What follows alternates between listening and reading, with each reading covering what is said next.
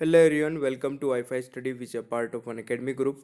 दोस्तों, आज की इस क्विज वीडियो में हम देखने वाले हैं पॉलिटी के कुछ बेहतरीन क्वेश्चन जो कि एग्जाम के पॉइंट ऑफ व्यू से काफ़ी इंपॉर्टेंट होने वाले हैं।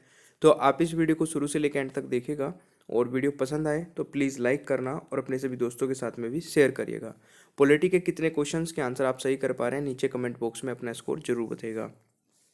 और देखिए, जैसे कि आप सभी लोगों को पता है कि मैं अभी 5000 जीके जीएस की क्वेश्चन की सीरीज कवर करा रहा हूँ आपको पूरी। तो इसके लिए आपको टेलीग्राम ज्वाइन करना होगा। टेलीग्राम का नेम है सौरभ मलिक ऑफिशियल। यहाँ पे मैं आपको हर एक वीडियो का लिंक प्रोवाइड कराता हूँ जितने भी क्लासेस मैं ले रहा हूँ इस 5000 जीके जीएस के क्वेश्चन आंसर्स की। और सुबह एक 6 बजे दोस्तों इसी चैनल पर आपको वीडियो मिलती है, उसको भी ज़रूर देख लिया करें।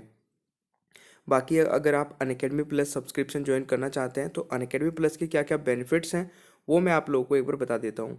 अगर आप अनअकैडमी प्लस ज्वाइन करते हैं दोस्तों किसी भी कैटेगरी में तो आपको लाइव क्लासेस मिलती है, स्ट्रक्चर कोर्स मिलता है, weekly test, unlimited access, personal guidance मिलती है, टेस्ट एनालिसिस मिलता है, एक्सपर्ट की गाइडेंस मिलती है, study material, study plan, doubt clearing session और भी बहुत सारी चीज़ें हैं जो कि एग्ज़ाम क्लियर करने में आपको रिक्वायरमेंट होती है। तो आप जब भी कोई सब्सक्रिप्शन ज्वाइन करें अनअकैडमी पर किसी भी कैटेगरी में, ऑल कैटेगरी के लिए आपको स्टडी 10 कोड अप्लाई करना है। बाकी संडे टू संडे दोस्तों एक कॉम्बैट होता है 12 बजे, जिसमें 40 मिनट में आपको 40 क्वेश्चन करने हैं और बहुत अच्छी स्कॉलरशिप यहाँ पे आप जीत सकते हैं। इस कॉम्बैट में भी एनरोल करने के लिए स्टडी 10 कोड यूज करिएगा, लिंक नीचे डिस्क्रिप्शन बॉक्स में मिल जाएगा। 15 दिसंबर से दोस्तों अभी आपका complete batch on general study start हो रहा है, एक आपका लक्ष्य बैच स्टार्ट हो रहा है। इनमें आपको ज्वाइन करने के लिए स्टडी 10 कोड अप्लाई करके एसएससी कैटेगरी में आप इसको ज्वाइन कर सकते हैं। यहाँ पे अगर आप 24 मंथ का सब्सक्रिप्शन ज्वाइन कर रहे हैं तो 325 पर मंथ और 12 मंथ का सब्सक्रिप्शन 542 पर मंथ का मिलता है। ठीक है, 6 मंथ का भी देख सकते हैं बट 24 और 12 मंथ का सब्सक्रिप्शन सबसे बेस्ट रहेगा। तो चलिए शुरू करते हैं आज की वीडियो को, प्लीज़ पूरा एंड तक देखिएगा। दोस्तों, आज की वीडियो का पहला क्वेश्चन है, निम्नलिखित में से अनुच्छेद के किस समुच्चय के तहत आपात का प्रावधान किया गया है? विच of the sets of the articles deal with the emergency provisions?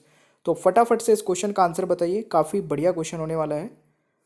और देखिए, इस क्वेश्चन का जो सही आंसर होगा वह हो जाएगा ऑप्शन सी, यानी कि आर्टिकल 352, 356 और 360।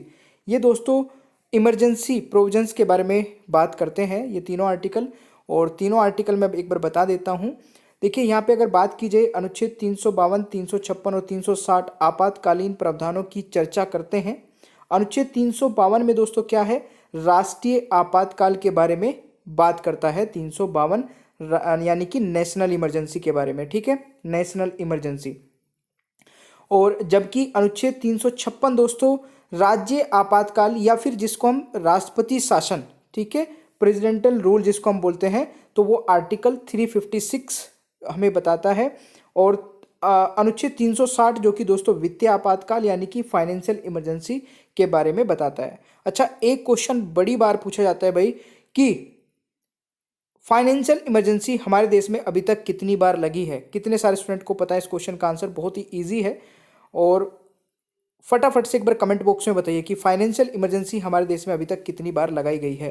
तो देखिए दोस्तों, अगर फाइनेंशियल इमरजेंसी की मैं बात करूं, अभी तक हमारे देश में एक भी बार फाइनेंशियल इमरजेंसी नहीं लगाई गई है, यानी कि वित्तीय आपातकाल नहीं लगा है।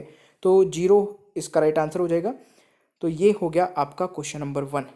बढ़ते हैं दूसरे क्वेश्चन की ओर। दूसरा क्वेश्चन क्या कह रहा है, निम्नलिखित में से कौन राष्ट्रपति के चुनाव के लिए निर्वाचित मंडल का एक हिस्सा है? यानी कि निर्वाचन में तो हिस्सा लेता है लेकिन उसके महाअभियोग यानी कि इम्पीचमेंट के लिए कार्यवाही में भाग नहीं लेता है। विच of the following is a part of the electoral college for the election of the president but due not participate in the proceeding for his her impeachment? बताइए दोस्तों। देखिए, यहाँ पे अगर मैं बात करूँ, विधानसभा दोस्तों प्रेसिडेंट के इलेक्शन में पार्टिसिपेट करती है बट इम्पीचमेंट में नहीं। इम्पीचमेंट केवल लोकसभा और राज्यसभा में ही इम्पीचमेंट का बिल लाया जा सकता है। तो इस क्वेश्चन का सही आंसर ऑप्शन सी होगा, यह आपको याद रखना है। ऑलराइट, सही है भाई। और प्लीज़ आप लोग ना लाइक कर दिया करें, मैं बार बार तो नहीं बोलता हूँ, अगर आपको सेशन पसंद आता है प्लीज़ लाइक भी कर दिया करें और अपने दोस्तों के साथ में भी जरूर शेयर कर दिया करें। तीसरा क्वेश्चन क्या कहता है, थर्ड क्वेश्चन दोस्तों आपका है, अगर राष्ट्रपति आपातकाल घोषित करता है तो उस घोषणा संसद द्वारा खालिस्तान के भीतर मंजूरी देनी होगी। अगर राष्ट्रपति आपातकाल घोषित करता है, ध्यान से सुनिए, तो इस घोषणा को संसद द्वारा कितने दिनों में मंजूरी देनी होगी, बहुत ही इंपॉर्टेंट है, क्योंकि इस क्वेश्चन में मुझे पता है मैक्सिमम स्टूडेंट 6 मंथ आंसर लगा रहे होंगे, बट नहीं दोस्तों, नहीं, 6 मंथ नहीं, राइट आंसर इज 1 मंथ। 6 महीने के भीतर भीतर ये 1 महीने के भीतर भीतर जो है अप्रूवल देना होगा। राष्ट्रपति द्वारा राष्ट्रीय आपातकाल लगाने की घोषणा संसद के दोनों सदनों के समक्ष रखी जानी चाहिए। ठीक है, अधिवेशन होने के 1 महीने के भीतर उसके द्वारा अनुमोदित की जानी चाहिए। यह संसद द्वारा अनुमोदित की तारीख 6 महीने के लिए लागू की जाती है, यानी कि 6 महीने के लिए स्टार्टिंग में इमरजेंसी लगाई जा सकती है। ठीक है, चलिए अगले क्वेश्चन की ओर बढ़ते हैं। अगला क्वेश्चन कहता है कि भारत के राष्ट्रपति केवल लिखित सिफारिश पर राष्ट्रीय आपातकाल की घोषणा जारी कर सकते हैं। क्वेश्चन है, the president of India can issue proclamation of national emergency only on the written recommendation of, तो रिटन रिकमेंडेशन ऑफ मंत्रिमंडल में संघ केवल कैबिनेट मंत्री शामिल रहेंगे, यानी कि the cabinet constructing of only cabinet minister of the union, यानी कि इस क्वेश्चन का राइट आंसर दोस्तों ऑप्शन बी हो जाएगा। ठीक है, इसके बारे में थोड़ा बता देता हूँ। संविधान के दोस्तों 44वें संशोधन ने यह स्थापित किया कि राष्ट्रपति केवल राष्ट्रीय आपातकाल की घोषणा जारी कर सकते हैं, जबकि केंद्रीय मंत्रिमंडल यानी कि अनुच्छेद 75 के तहत नियुक्त प्रधानमंत्री और मंत्रिमंडल के अन्य मंत्रियों के मंत्रिमंडल से युक्त को लिखित रूप से सूचित किया जाता है। ठीक है, ये भी इम्पोर्टेंट पॉइंट है दोस्तों। राष्ट्रपति ने कितनी बार राष्ट्रीय आपातकाल घोषित किया दोस्तों, जल्दी से आंसर बताइए। How many times have the president declare national emergency? तो देखिए अभी तक नेशनल इमरजेंसी दोस्तों कितनी बार लगाई गई है? 3 बार। मैंने बताया था फाइनेंशियल इमरजेंसी तो अभी तक नहीं लगाई गई है, but presidential declare national emergency, तो प्रेसिडेंट यानी कि राष्ट्रपति ने अभी तक 3 बार नेशनल इमरजेंसी लगाई है दोस्तों। 3 इसका राइट आंसर होगा। कब कब? 1962, 1971 और 1975। देख लेते हैं यहाँ पे। भारत में राष्ट्रपति द्वारा राष्ट्रीय आपातकाल की घोषणा की गई थी दोस्तों 1962 में, जब चीनी आक्रमण के समय इसे पहली बार घोषित किया गया था। दूसरी बात, पाकिस्तान के साथ युद्ध के मद्देनजर दोस्तों, जो कि 1971 में हुई थी। 1975 में इंटरनल डिस्टर्बेंस के कारण लगाई गई थी दोस्तों 1975 में, तो यह भी आपको याद रखना है। ठीक है, चलिए। संसद के सदस्य सदन में संवेग को व्यक्त करते हैं। आंसर बताइए। The members of parliament can express themselves in house in, तो इस क्वेश्चन का दोस्तों सही आंसर होगा, देखिए संसद के सदस्य सदन में अपने आप को इंग्लिश में, हिंदी में या फिर जो भी मदर टंग है मातृभाषा में अपने आप को एक्सप्रेस कर सकते हैं। तो इस क्वेश्चन का सही आंसर डी होने वाला है। ठीक है दोस्तों, अगला क्वेश्चन क्या कहता है? राज्य मंत्रिपरिषद के सदस्यों को पद की शपथ किसके द्वारा दिलाई जाती है? The oath of office is administered to the member of the state council of ministry by. Answer बताइए। बिल्कुल सही दोस्तों, काफ़ी सारे स्टूडेंट यहाँ पे आंसर लगा रहे होंगे, चीफ मिनिस्टर और भी बहुत सारे स्पीकर भी, बट राइट आंसर इज राज्यपाल यानी कि गवर्नर दोस्तों यहाँ पे राइट आंसर होने वाला है। ठीक है, क्वेश्चन आता है युद्ध या बाहरी आक्रमण के कारण, युद्ध या फिर बाहरी आक्रमण के कारण भारत में संविधान के किस अनुच्छेद के तहत आपातकाल घोषित किया जाता है दोस्तों? Under which article of the constitution can a emergency be declare in India on account of war और एक्सटर्नल एग्रेशन? तो यहाँ पे इस क्वेश्चन का सही उत्तर क्या हो जाएगा? आर्टिकल 352, जो कि मैंने अभी आपको बताया था दोस्तों, आर्टिकल 352 में। ठीक है, तो देखिए या तो बाहरी आक्रमण या फिर इंटरनल डिस्टर्बेंस, जो कि 1975 में दोस्तों इंदिरा गांधी के प्रधानमंत्री काल के दौरान तीसरी इमरजेंसी लगाई गई थी। ठीक है, जिसमें इंटरनल डिस्टर्बेंस के कारण लगाई गई थी, यानी कि आंतरिक गड़बड़ी के लिए घोषित किया गया था ये। ठीक है ना, चले, क्वेश्चन आता है भारत में किस प्रकार के आपातकाल को केवल एक बार लागू किया गया है? In India which kind of emergency has been declare या फिर इम्पोज्ड ओनली वंस, एक बार लगाया गया है। वैसे तो देखिए नेशनल इमरजेंसी 1962 में, 71 में, 75 में लगाई गई है, बट इंटरनल डिस्टर्बेंस यानी कि आंतरिक ऐसा आपातकाल जो है, जो कि 1975 में लगाया गया था, वह केवल एक बार लगाई गई है। ठीक है, ये मैंने पहले भी बताया था। 1962 और 71 में जो दोस्तों राष्ट्रीय आपातकाल घोषित किया गया था, वो एक्सटर्नल यानी कि बाहरी आक्रमण के आधार पर लगाई गई थी, जबकि 1975 में आंतरिक अशांति के आधार पर लगाई गई थी। ठीक है ना। और वित्तीय आपातकाल अभी तक लगाया नहीं गया, ये तो मैं बता चुका हूँ। अनुच्छेद 352 के तहत भारत में आंतरिक आपातकाल को किस अवधि के नीचे दर्शाया गया है? Which period below depicts internal emergency in India under article 352। तो देखिए जो इंटरनल डिस्टर्बेंस के दौरान दोस्तों जो इमरजेंसी लगी थी, वो कितने समय के लिए लगी थी?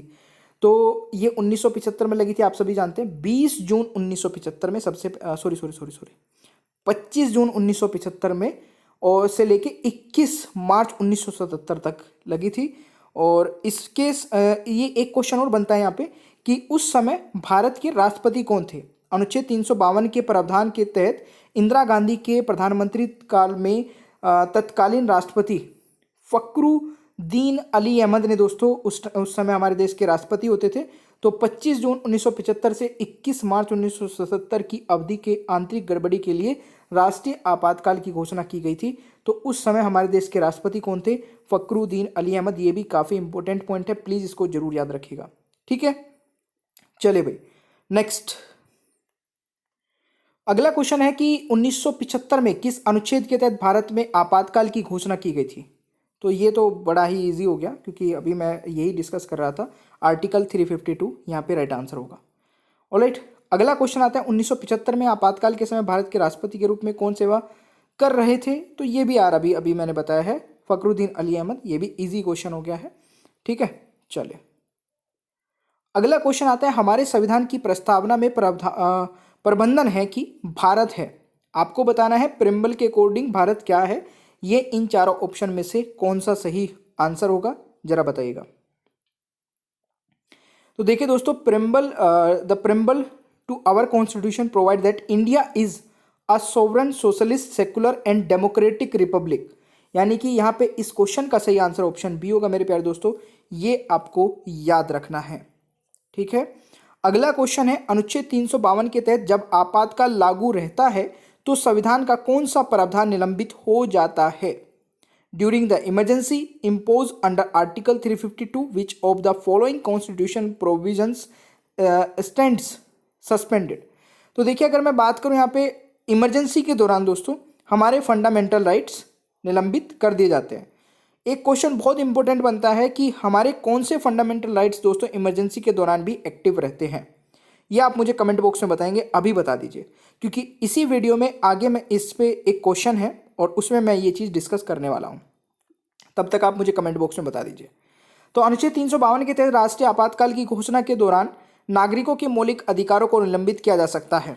ठीक है, फंडामेंटल राइट्स को यानी कि निलंबित किया जा सकता है, बट 2 फंडामेंटल राइट्स ऐसे हैं जिनको निलंबित नहीं किया जाता, वो कमेंट बॉक्स में बता दीजिए दोस्तों। ये क्वेश्चन आपका आता है नेक्स्ट क्वेश्चन, आपातकाल के दौरान निम्नलिखित में से कौन सा मौलिक अधिकार निलंबित हो जाता है? बता दूं। तो इस क्वेश्चन का दोस्तों सही आंसर क्या होगा? बिल्कुल, आपातकाल के दौरान निम्नलिखित में से कौन सा मौलिक अधिकार निलंबित हो जाता है के सिवाय? तो देखिए पर्सनल लिबर्टी जो है ये आपका निलंबित नहीं होता है, और आर्टिकल 20 और 21 ये बताता है दोस्तों, मतलब 20 और 21 में दोस्तों हमारे पर्सनल लिबर्टी के बारे में बात की गई है। यानी कि अनुच्छेद 352 के तहत आपातकाल की घोषणा के दौरान अनुच्छेद 20-21 के तहत अधिकारों को छोड़कर सभी मौलिक अधिकार जो कि अपराधों के लिए दोषी ठहराते हैं को और क्रमश जीवन और व्यक्तिगत स्वतंत्रता के अधिकार को निलंबित नहीं किया जाता, बाकी सारे निलंबित किए जा सकते हैं। ठीक है। नेक्स्ट क्वेश्चन आता है, आपातकाल के किन परिस्थितियों में ऐसे कानून या कार्यकारी आदेश पारित किए जा सकते हैं और अनुच्छेद 19 के विरुद्ध हो? आंसर बताइए। तो इस क्वेश्चन का दोस्तों राइट आंसर होगा कोज बाय वार और एक्सटर्नल एग्रेशन, यानी कि युद्ध या बाह्य आक्रमण के कारण। ठीक है, इजी है। बाकी इसके बारे में मैंने थोड़ा और डिटेल में बताया। युद्ध या बाहरी आक्रमण के कारण लगाए गए राष्ट्रीय आपातकाल के दौरान अनुच्छेद 358 के प्रावधानों के अनुसार अनुच्छेद 19 के तहत अधिकार सव्य निलंबित हो जाएंगे। इसका मतलब यह है कि किसी भी कानून को जारी किया जा सकता है या कार्यकारी आदेश जारी किया जा सकता है, यहाँ तक कि आपातकाल की घोषणा के दौरान अनुच्छेद 19 के विपरीत होंगे। ठीक है, यानी कि मैं अभी आपको जो बता रहा था कि 20-21 को छोड़ के सारे फंडामेंटल राइट्स हमारे ब्रीच नहीं बोलेंगे, मतलब हटा दिए जाते हैं, उनको निलंबित कर दिया जाता है। ठीक है, वो एक्टिव नहीं होते। तो उस समय में अगर किसी का फंडामेंटल राइट ब्रीच भी होता है तो उसको काउंट नहीं किया जाएगा। निम्नलिखित में से कौन से जोड़े का सही मिलान किया गया है, बताइए। तो यहाँ पे ADM जबलपुर आपातकाल में नागरिकों का अधिकार, ये आपका सही काउंट किया गया है। इसके अगर मैं बात करूं, इंद्रसानी बनाम भारत संघ का मामला भारत के अन्य पिछड़े वर्ग के लिए आरक्षण से संबंधित है। विशाखा मामला कार्यस्थल पर महिलाओं के अधिकारों से संबंधित है, ये भी आप याद रख सकते हैं। चलिए जी, भारतीय संविधान के निम्नलिखित अनुच्छेद में से कौन राज्य आपातकाल के लिए प्रदान करता है और एक राज्य में संवैधानिक व्यवस्था को निलंबित करता है? What is the right answer? तो right answer is article 352। Article 352 is the right answer. देखिए, भारत में राष्ट्रपति शासन एक राज्य पर लगाया जाता है जब, बताइए। बिल्कुल, इस क्वेश्चन का राइट आंसर होगा the presidential rule is imposed on a state in India